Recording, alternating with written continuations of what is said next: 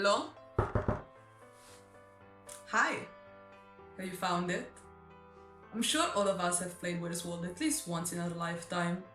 And that's a pretty challenging game. But this is much worse. And as hard as it can be for us, it's definitely much more challenging for farmers in real life. Just consider that the average farm has many more pigs than the one you can see in this picture. So, how does a farmer do it? How does he know which animals are sick, which ones are healthy, and which ones he wants to treat? Well, he doesn't. The most common practice to overcome this issue is to just give medicine, especially antibiotics, in low dosages to all of the animals. Seems like an efficient system, right? Might be, but it has some serious consequences. The most serious of them all, it's called antimicrobial resistance, or AMR. You know, just like in life, we face challenges, but we learn from them and we grow up.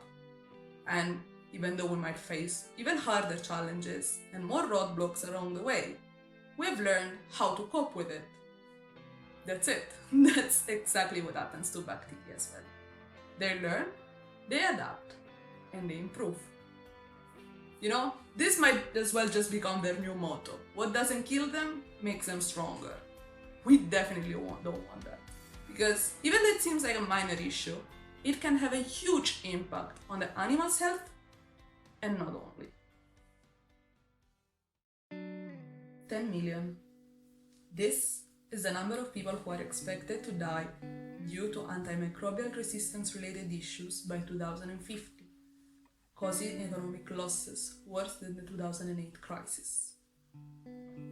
With antimicrobial resistant bacteria, we cannot fight them with traditional medicine, and as of now, most of these bacteria come from livestock farming, especially the prophylactic use of antibiotics. This better safe than sorry technique is having a huge impact on the world, and we will get to a point when we won't be able to fight these bacteria anymore. And imagine that could have been changed with just one small step: identifying sick animals on time. And that's when we come into play. Uncle Phil aims to monitor the animal's health in their most usual activity, eating. It is a feeder, just your basic feeder, embedded with series of sensors. An RFID sensor to identify each animal uniquely, a camera and VOC sensors to monitor sensorial parameters such as oversight and smells, a temperature reader and a food meter, as those are two key parameters for early identification of diseases, and a cleaning system to avoid the spread of bacteria. We extrapolate relevant information from the data to identify anomalous situations. Just as the bacteria, we learn, we adapt, and we improve. What sets Uncle Phil apart from its competitors already on the market is that we, as Farmture, put the farmer at the center of the attention.